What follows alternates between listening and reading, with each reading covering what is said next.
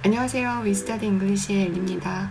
제가 첫 영상에서 영어 기초가 너무 없으시다면 먼저 어떤 수업을 들으시기보다는 기초 단어 공부 후에 어떤 수업을 들으시는 게 훨씬 더 효과적이라고 얘기를 드렸었는데요.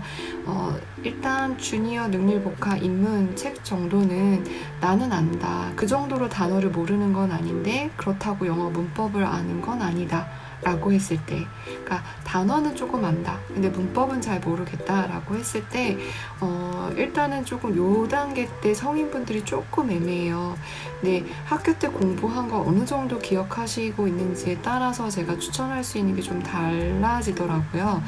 그래서 오늘은 정말 이제 처음에 얘기 드렸던 건 단어가 아무것도 없었을 때의 얘기고, 지금은 단어는 조금 있는데, 조금 살아있는데, 문법은 다 사라졌다. 이런 경우에 추천을 드릴게요.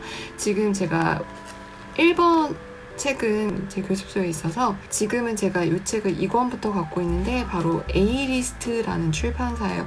저도 이제 이거 수업하다가 샘플로 이 책을 받아보고 이거 괜찮다 싶어가지고 이제 아이들한테 적용을 하기로 했는데 훨씬 좋아요.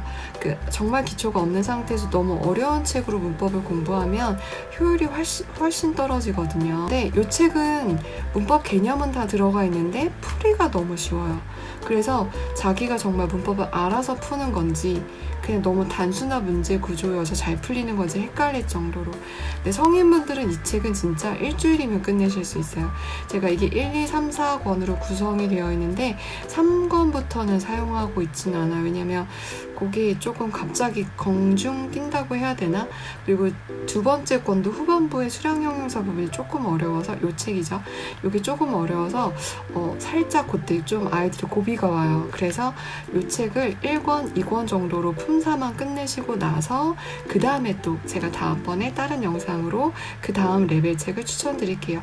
단어는 조금 있는데 문법은 전혀 기억이 안 난다 라고 하셨을 때는 요 1권 책하고 2권 요 책하고 해서 한 달 코스에 내가 이 두 권을 끝내겠다. 다시 말해서 품사는 끝내겠다 라는 목표가 있으시다면 그냥 한번 후리릭 보기엔 너무 좋습니다. 그래서 이 책 구성은 조그만 단어장이 좀 들어있어요. 그래서 혹시나 여기에 나오는 단어가 모르신다면 또 이것도 보실 수 있고요. 그 다음에 기본 문법 개념이 이렇게 표시가 되어 있고 매우 단순한 선긋기 문제 이런 게 나와 있어요. 그리고 거의 다 문제 대부분이 골라서 그냥 쓰는 정도예요. 그래서 진짜 부담 없이 내가 자존심 버리고 성인이지만 애들 책으로 문법을 품사를 끝내겠노라 이런 마음이시라면 진짜 강추드립니다. 이거 하시고 나서 다음 문법으로 복습해 주시면 너무 좋을 것 같습니다. 자, 화면 보면서 이 책 구성 자세히 또 설명드릴게요. 지금 여기 A리스트 출판사 들어오셔서 완전 정복 초등 영문법 이걸 클릭을 하시면 여기 월크북이 있고 그 다음에 여기 밑에 교재가 있어요. 그래서 여기 월크북 클릭하지 마시고요. 여기 나와 있는 밑에 있는 영문법 1번을 제가 지금 선택을 한 겁니다. 그래서 여기 보시면 이렇게 들어와야 되는 이유가 여기에 수업에 도움을 받으실 수 있는 부가 자료들이 이렇게 들어있어요. 그래서 선택하셔서 다운받으실 수 있고요. 그리고 지금 제가 화면으로 이제 이북으로 한번 보여드릴까요? 여기 넘어가시면 이렇게 컨텐츠 목록이 나오는데요. 일단 1권의 구성은 요 단어와 문장 요거예요.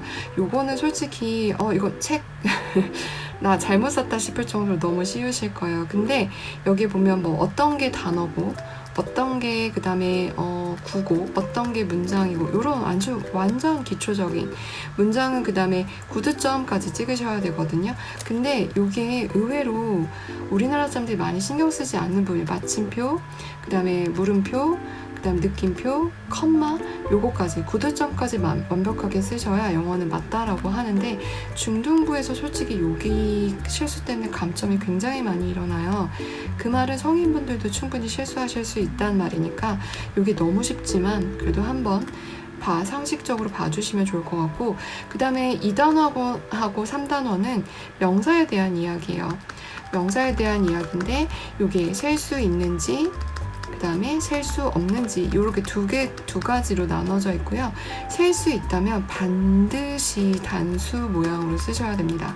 그 다음에 그게 2개부터는 반드시 복수 모양으로 쓰셔야 돼요. 그래서 복수를 어떻게 만들지, 그 다음에 규칙적으로 바꿀지 불규칙적으로 바꿀지, 이 2가지 모양을 단어별로 잘 알고 계셔야 되는데 성인분들도 이거를 모르시는 분들이 계시더라고요. 그래서 이것도 상식으로 한번 내가 쭉 훑어본다 라는 느낌으로 명사 이런 게 있었지 라고 생각하시면서 쭉 훑어보시면 좋을 것 같아요. 그리고 각 단원마다 이렇게 실전 테스트라고 연습 문제 같은 게 있는데 이것도 너무 쉬워서 다 맞으실 수 있을 거예요. 그리고 셀 수 없는 명사는 지금 보시면 고유명사, 사람의 이름이나 사물의 이름, 절대 변하지 않는 본인의 이름이나 우리나라 한국이라는 이름, 서울이란 도시 이름, 경복궁 63빌딩, 광화문 그 거리 이름, 절대 변하지 않는 게 고유명사예요. 고유명사는 세지 않아요. 왜냐면 하나밖에 없기 때문에 굳이 셀 필요가 없어서 그렇고요. 물질명사와 추상명사가 있는데, 물질은 액체류나 고체류처럼 모양은 있는데 근데 만질 수도 있고 먹을 수도 있고 쓸 수도 있는데 한계라는 의미가 정확하지 않은 것들이요. 물, 기름, 공기, 그 다음에 금 같은 것도 우리가 만질 수는 있는데 녹이면 그게 액체처럼 되잖아요. 그래서 그런 것들, 정확한 모양이 없는 것들은 물질명사, 그리고 존재하지 않는 저희가 우정, 사랑 이런 것들은 추상명사라고 하는데, 그건 고유 물질, 그 다음에 추상, 이 3가지는 또 세지 않습니다. 그래서 여기까지 셀 수 있는 것과 셀 수 없는 것을 나눠서 배우게 되어 있고요. 근데 물질명사를 셀 수는 없는데 셀 거예요. 왜냐하면 우리가 마시고 쓰려면 사용하는 단위가 좀 필요하죠. 그래서 여기는 단위를 넣어서 물질명사를 어떻게 셀 수 있는지 그것까지 연습을 할 수 있고요. 그다음 여기 보면 관사는 있는데, 관사는 팔품사에 속하지는 않아요. 팔품사에 속하지는 않지만 명사 친구라고 보셔야 돼요. 그래서 명사의 예까지 포함이 되신다고 보시면 돼요. 그래서 다시 말하면 2단원, 3단원, 4단원은 명사예요. 명사를 어떤 식으로 표현할지, 이 어나 어는 아무거나 하나란 뜻이거든요. 그래서 특정하지 않은 대상을 표현할 건지, 더는 반대로 특정한 걸 표현하는 거거든요. 내가 좀 전에 말했다든지 아니면 말하지 않아도 모든 사람들이 다 알고 있다든지, 그럴 땐 더를 쓰시는 거예요. 태양, 우리 기준으로, 지구 기준으로 태양은 딱 한 가지죠. 그럴 땐 무조건 더 선을 쓰시는 거, 선을 쓸 일이 없다라는 거죠.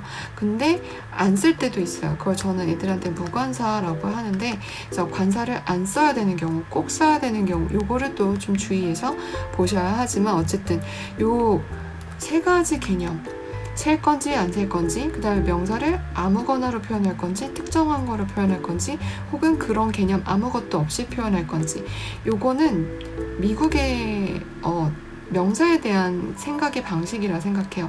우리나라에 없는. 그래서 자꾸 헷갈리고, 그래서 자꾸 틀리게 되는 부분들이에요.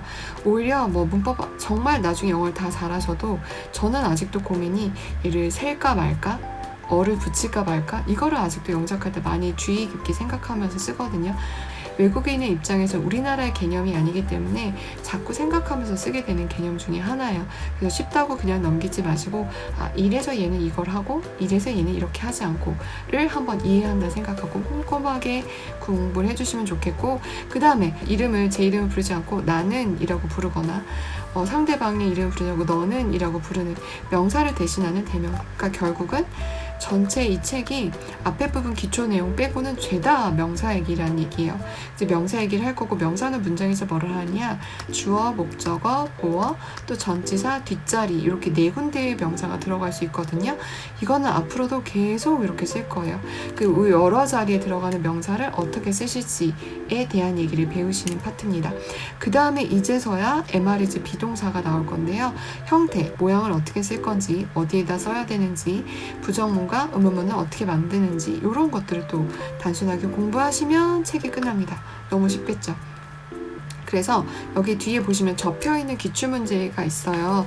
그래서 전체 단원을 한 반 정도 나눠서 이렇게 길게 해가지고 펴실 수 있는 이런 연습 문제가 하나 달려 있습니다.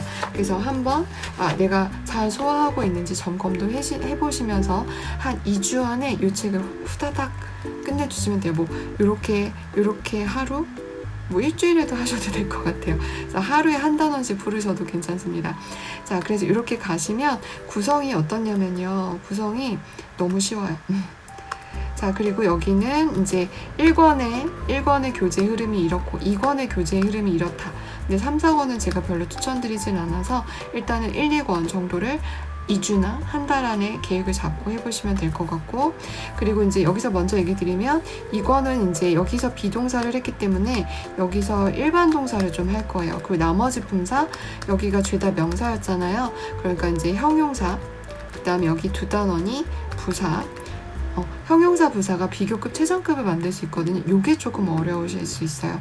그래서 여기 형용사 파트, 부사 파트, 비교급 파트 여기가 조금 난이도가 있어서 여기는 조금 천천히 꼼꼼하게 공부해 주시고, 그 다음에 마지막에 전치사, 이렇게 해서 거의 품사 부분만 공부하시는 책이에요. 1, 2권을 통해서. 마지막에 기타 표현 데어리즈 데어라 요거까지 있는데 요것도 비동사 구문입니다. 그러면 1, 2권을 하면 이제 전체적인 품사의 개념 정도, 그 다음에 비동사 구문과 일반 동사 구문 정도 이해하실 수 있게 됩니다. 그리고 그 다음 구성을 보시면 이거 이제 품사 개념, 저는 여기를 너무 중요하게 생각하거든요. 팔품사의 정의. 여기는 진짜 좀 잘 읽어보시고요. 어떤 단어를 어떤 품사로 부르는지 한번 읽어보세요. 지금 여기 문장에 보시면 모든 문장은 품사로 구성되어 있다는 얘기예요. we는 대명사, have는 동사, white는 형용사, cat는 명사, 이런 식으로 문장을 쪼개고 보면 죄다 품사 얘기예요. 영어는 이게 너무 중요하고 문법은 품사의 배치거든요. 그래서 어떤 순서로 배치하는지 그것까지 배우시는 게 문법의 끝입니다. 자, 그래서 들어가 보면 단어 문장은 너무 쉽죠. 요거는 이제 단어 이렇게 한번 써보시라는 얘기예요. 그리고 두 번째 웜업이 있고요. 셋업 1은 이제 고르시는 거예요.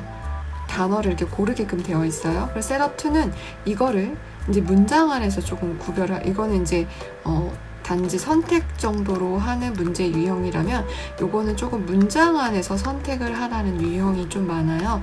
그리고 스텝 3로 가면 요거를 쓰라는 구조예요. 쓰는 구조. 그 다음에 여기 write up은 없는데 다른 단어는 write up까지 하나 더 예문이 있습니다. 근데 너무 쉬워서요. 이건 충분히 하실 수 있겠죠? 여기도 보시면 문장의 특징 이렇게 고르라 하고 부정문인지 평서문인지 의문문인지 감탄문인지 고르라 하고 구두점을 고르라 해요. 이게 너무 쉽잖아요. 그런데 이거 갖고 틀려오는 애들이 있어요. 잘못 쓰거나 안 쓰는 경우가 거의 많죠. 그래서 이런 것도 연습하시고, 다음 단원으로 좀 얘기 드리면 이제 이렇게 명사의 개념, 이름이 있습니다. 그걸 명사라고 합니다. 이렇게 사람, 동물이라고 합니다. 이런 식으로 또 여기도 고르는 거, 그 다음에 여기 가보시면 또 이렇게 단어로 선택하는 문제, 문장에서 선택하는 문제, 그 다음에 써보는 거, 이런 식으로 구성이 되어 있어요. 그래서 그림도 들어있고 매우 짧고 매우 쉽고 하기 때문에 금방 이해가 되실 겁니다.